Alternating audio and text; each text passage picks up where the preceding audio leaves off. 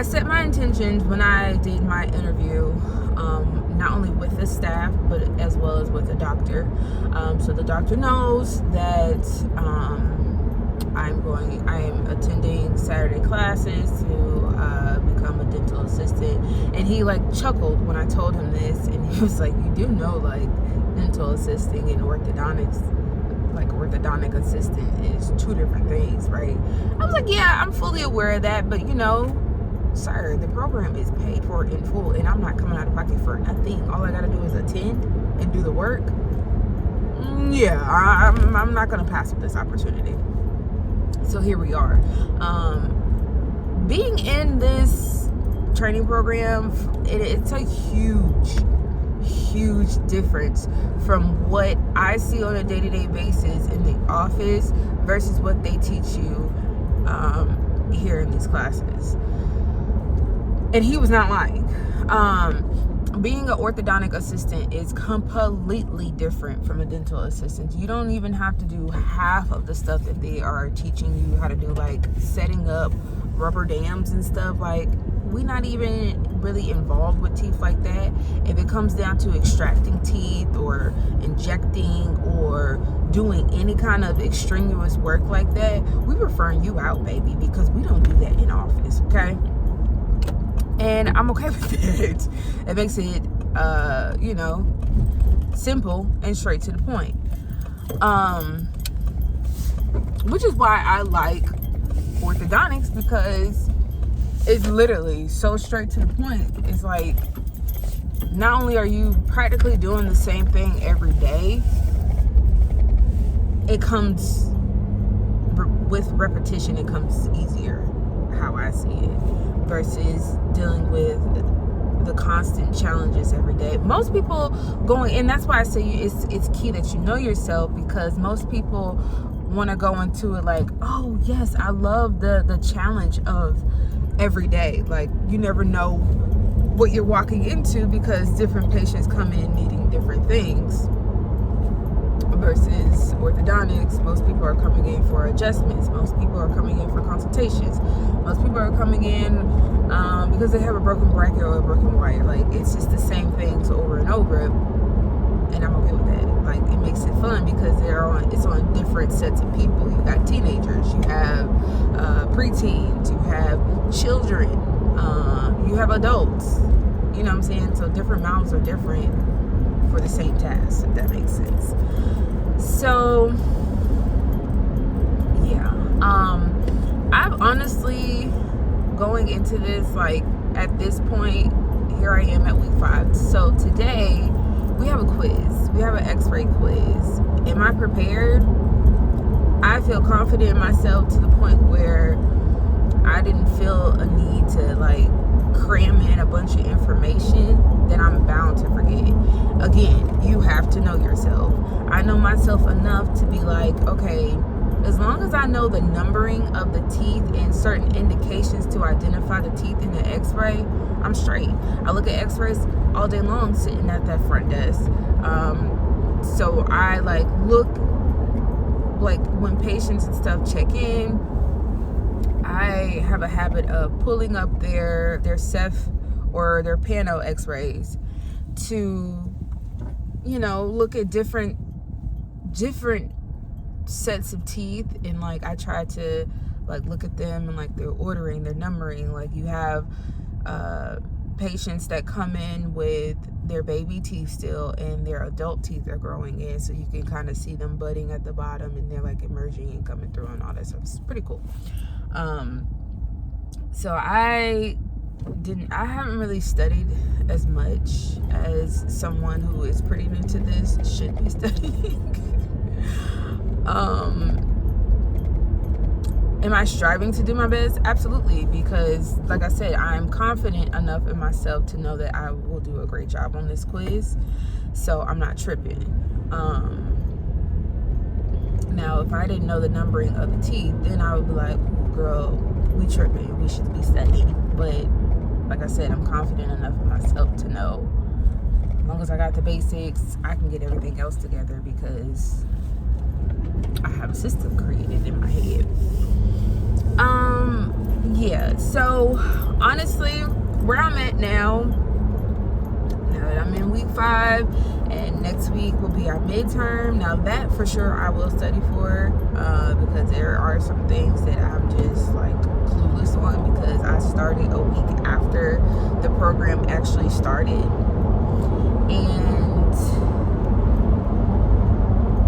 honestly, I am not as enthused as I was going into this. Like, going into this, I was like super pumped, super excited. It's a new field, it's a new everything. It's something that I've wanted to do since coming out of high school.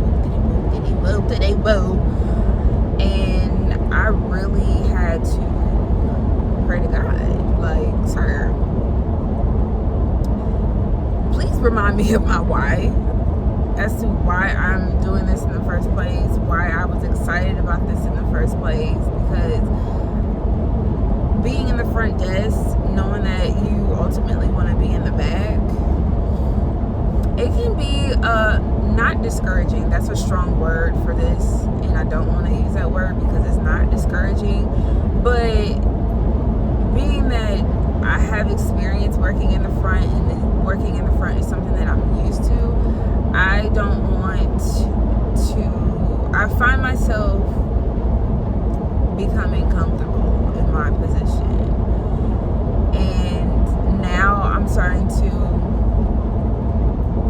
pick up on different tasks, such as seating patients. Like, when I see them in the weeds, like being able to take the initiative to get up and bring patients closer to the back, so when the assistants are done with their current patient in the chair, that they can send them up to the front, and their next patient is sitting there waiting for them, so they don't have to walk as far. Like, doing little stuff like that kind of helps get me moving around, because I kid you not, working up front, it's not like it's chaotic and extremely busy. It's just busy now because a lot of kids are going back to school, so their parents waited to the very last minute to want to squeeze them in when we are already booked. So there's that. I don't know, I just don't want to find myself becoming content and comfortable in my position for when it's time for me to start moving around and getting in the bag, that I'm scared. I already feel that way going into this, like, low-key. I'm like, the more I sit here and practice, I'm kind of like, ooh, girl, I am nervous. Like, because I am nervous when it comes down to working on other people. It's one thing to be in class and working on, we don't call him a dummy, but we call him Dexter. But it's one thing to be working on a lifeless model versus working on somebody else, and you want to make sure they're comfortable. You know what I'm saying? Like, my thing is working with tools in other people's mouths and fucking up. I don't want to fuck up. It is bound to happen. Like, that's human nature. Like, that's part of the process. It's part of the journey. All that goo-goo gaga stuff. But honestly, I'm like, oof, I don't want to mess up. That is something that I keep in the back of my mind, but I try not to identify with, because it's like, it's going to happen. Even doctors mess up. Like, let's fuck up. That's how you learn. So I'm just keeping myself encouraged and motivated to not become discouraged because of that. Because it has happened to me before, where I talked myself out of doing something that I wanted to do, and just because of the idea of messing up. So I tell you, if you want to do this, do it. And now a lot of people have told me going into hygiene they were like, well, why didn't you just go straight into hygiene?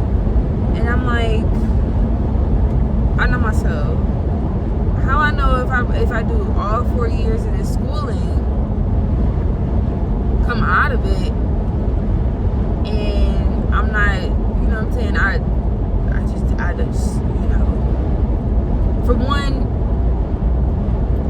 dental hygiene school is a full-time job. Okay, that means I would need to either work nights, bartend, strip, something in order to make ends meet.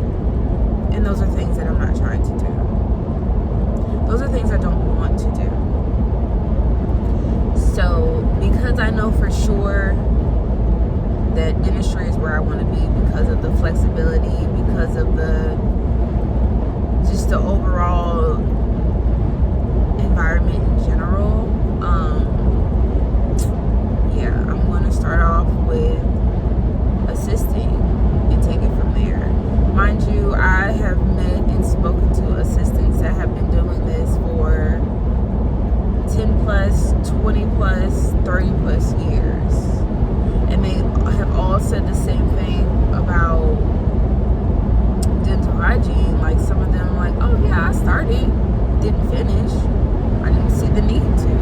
Most people, they always say, most people that go into dental hygiene go into it for a higher pay.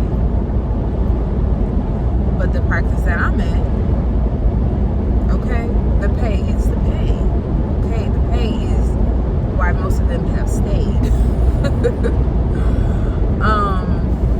So yeah, that's where I'm at with things. I'm going to go ahead and close this up because people are like riding next to me and looking in my vehicle, and when my sunroof is closed, you can't see what's going on in here. So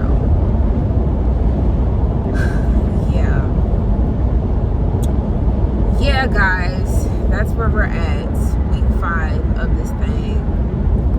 If you guys want to know more about school, you're interested, I know I'm not like selling it, because that's not what I'm here for. I'm here to give you the uncut version of what's going on. I may, when I get home, because I know for sure I got homework to do, when I get home, I will probably, like, you know, give y'all like a sneak peek of what the book looks like, so y'all can see for yourself, you know what I'm saying, what the course outline and all that stuff looks like.